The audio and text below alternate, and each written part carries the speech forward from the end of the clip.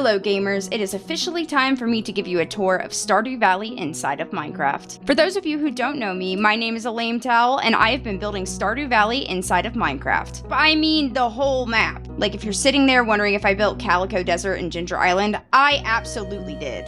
And now I want to give all of you Stardew fans out there an official tour. Now this isn't going to be a full base tour, that will be coming a little later. I built a lot of other things besides Stardew, so I just wanted to separate Stardew from my full base tour. And to all my Stardew Valley fans out there, hopefully I did the map justice and I hope you enjoyed this video.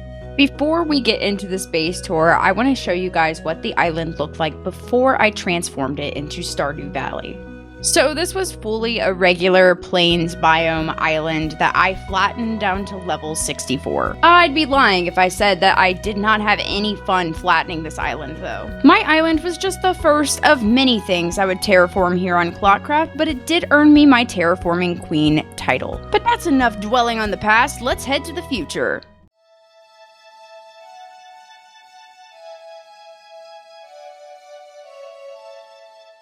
We will be starting the tour off with the farmhouse. So this was actually the first build that we worked on when I joined ClockCraft because I needed, obviously, a place to put my stuff and my bed.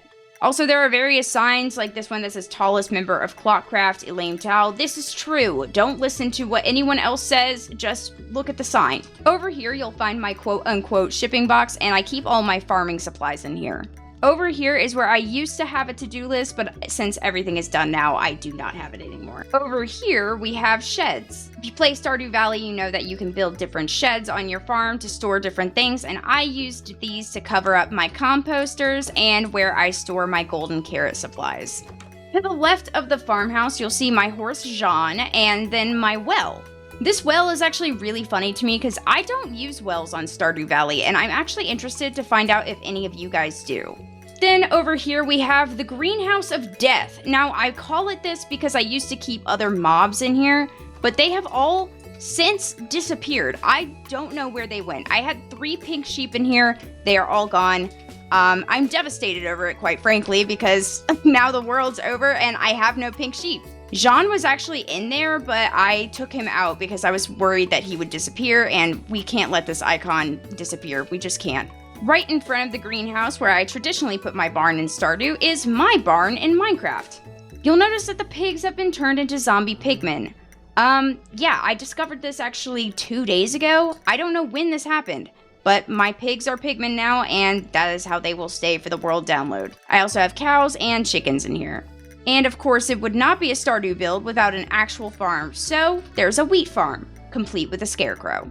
Alright, heading down this path here, you'll see Llamatopia. So there's actually nothing here in Stardew, so I decided to fill in the empty space with a pen full of llamas. Right across the way, we have the iconic bus that takes us to Calico Desert, complete with a tunnel. That tunnel actually leads to Calico Desert, but we will get to that later. The license plate says Pale Ale Pam, because obviously Pam drives the bus, and there is a minecart here that will take you to Calico, but I hardly use it because I have an elytra and I just fly there.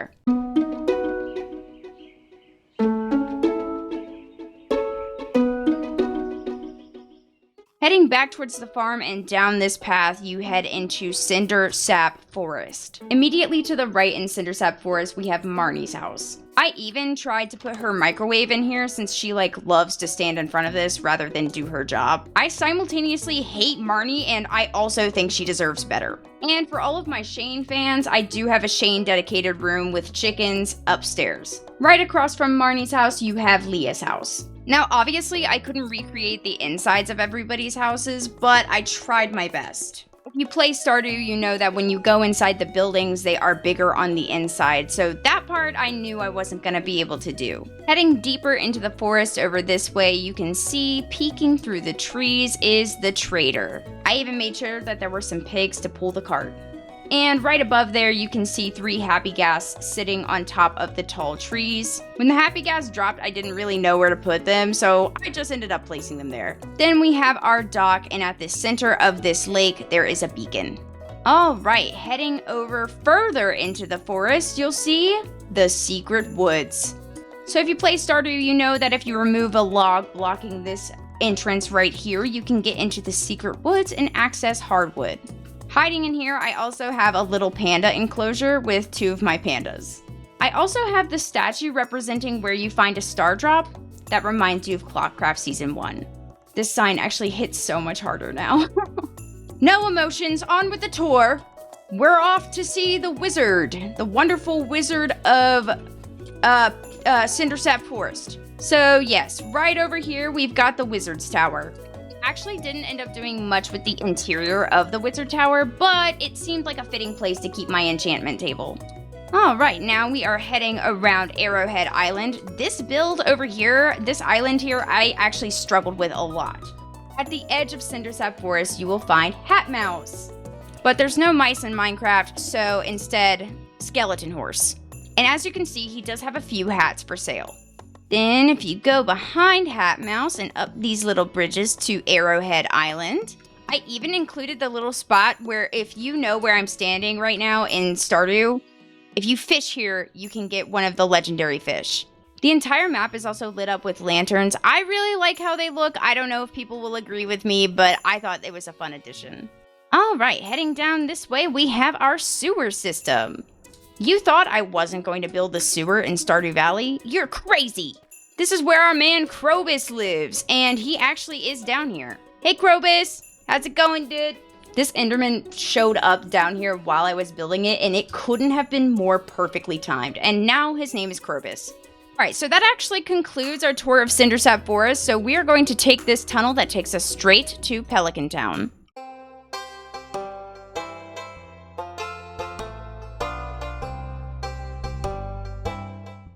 This was another one of those Stardew things that didn't make much sense because it doesn't really add up the same way. So this tunnel is very long compared to the tunnel that actually leads you into Pelican Town from the sewers. If we go up here, we are in main Pelican Town. When you enter in, you'll notice that at the middle of the town square, I have a beacon. We've got Harvey's, Pierre's. We have the iconic Stardrop Saloon. Over here, we have the home of Alex, Evelyn, and George. Right next door is Pam's RV. At the end here, we have Mayor Lewis's house, and his house actually has a few secrets to it. So a part of update 1.6 was there was this secret basement added to Mayor Lewis's house. And there is a quest here with the purple underwear, where basically it flies around attacking you while you go try to attain another pair. And you can do that here too. Again, as a Stardew Valley nerd, I had so much fun building some of this stuff. I also have Lewis's gold statue because he's selfish. Over here we have our iconic benches where Maru and Penny like to sit. And in front of that we also have a graveyard. Down here by the edge of the river you will find Haley and Emily's house. And right next door you'll find Kent, Jody, Sam, and Vincent's house.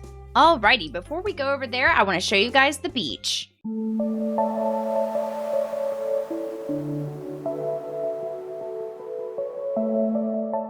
Now, out of all of the builds I completed here, this one is my favorite by a long shot. I have yet another Happy Ghast over here, and Willie's shop. And I know you can see it from here, but we're not touring that part just yet. Focus on Willie's shop. I actually really love how Willie's shop turned out. I did not know the cherry wood would look so good as the roof, but it really does. I did include a boat with this build, but I couldn't build his full-size boat. That is actually over there at Ginger Island. Then, of course, behind Willie's house, we have Elliot's house. And to the right of Elliot's house, we have our tidal pools, which I actually really love how these turned out. This was right around the time the Firefly Bush was released, and oh my gosh, do they add just a little something extra to this world. I love a Firefly Bush. You'll notice also that every waterway inside of my build is covered in frog lights. This was to keep the area lit up, but also the frog lights kind of look like moonlight jellies.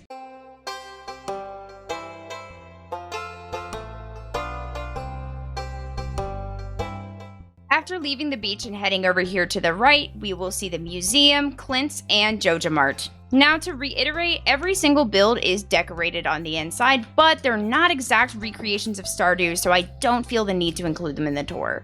If you want to check out the entire build for yourself, there will be a world download available. Alright, continuing on with Stinky Clint's house.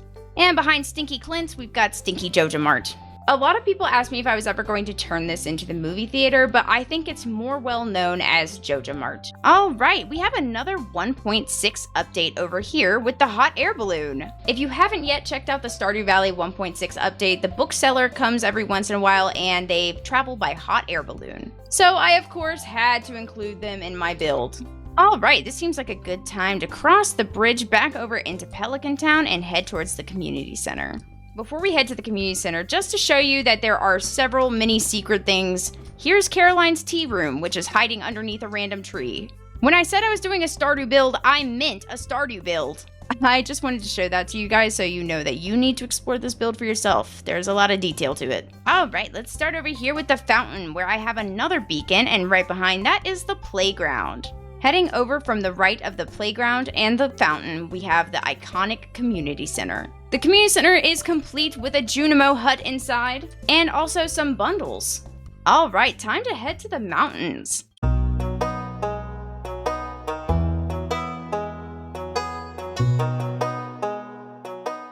Right when you enter into the mountains area, you'll run into Robin's house. Robin also has a pet zombie named Goldie, don't ask me why. Behind Robin's house, you'll see Leo's treehouse. This is a later game event, but I wanted to include it because I love Leo. Then right next door, we have Linus's iconic yellow tent. I absolutely love the Linus and Leo storyline. Now we are heading over towards the mine area of things. We have the Glimmering Rock. And right next door to it, if you head in here, we've got our elevator through the mines. And yeah, I did build a representative level for every 10 levels of the mine. And just to give you a quick glimpse of those, they look like this.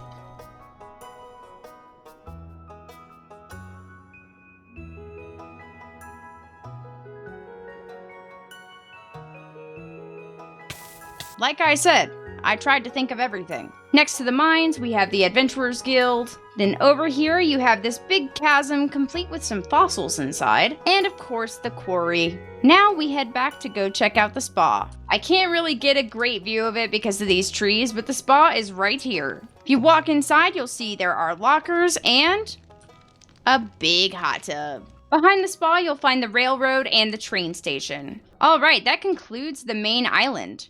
Next on our tour is Calico Desert.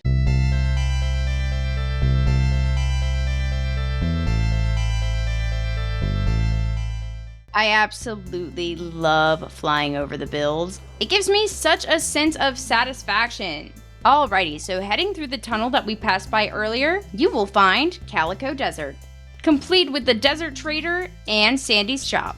And another beacon that's representing the spot where you can get the Galaxy Sword with a prismatic shard. I'm actually really proud of this idea. This is probably my favorite beacon placement on the world. Heading over this way, you'll find Skull Caverns, which is by far my favorite thing to do on Stardew. If you go down this ladder, you can actually go into Skull Caverns, which is home to my skeleton horses.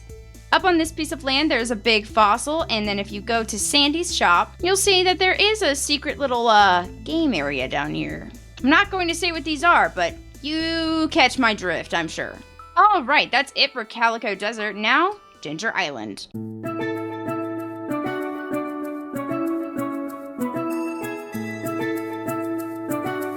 Ginger Island was the build we completed last. I'm actually really proud of how it turned out. I was really afraid to do this one at first. Starting at the dock, we have Willie's boat. There are also various parrots around the island that are always sitting, because if I sit them up, they will follow me. We also have the parrot transportation system. A part of the resort is the fitting rooms and also Gus's bar. Then if you head over this way, you'll find the Mermaid Rock, you'll find the Star Tidal Pool. Speaking of, if you didn't know, you can find a golden walnut at the center of this. Then if you go in here, you'll find Pirate Cove. Pirate Cove has one of my favorite soundtracks in this game. I absolutely love Pirate Cove. I could also be biased because I also like pirates, and so I built their ship also.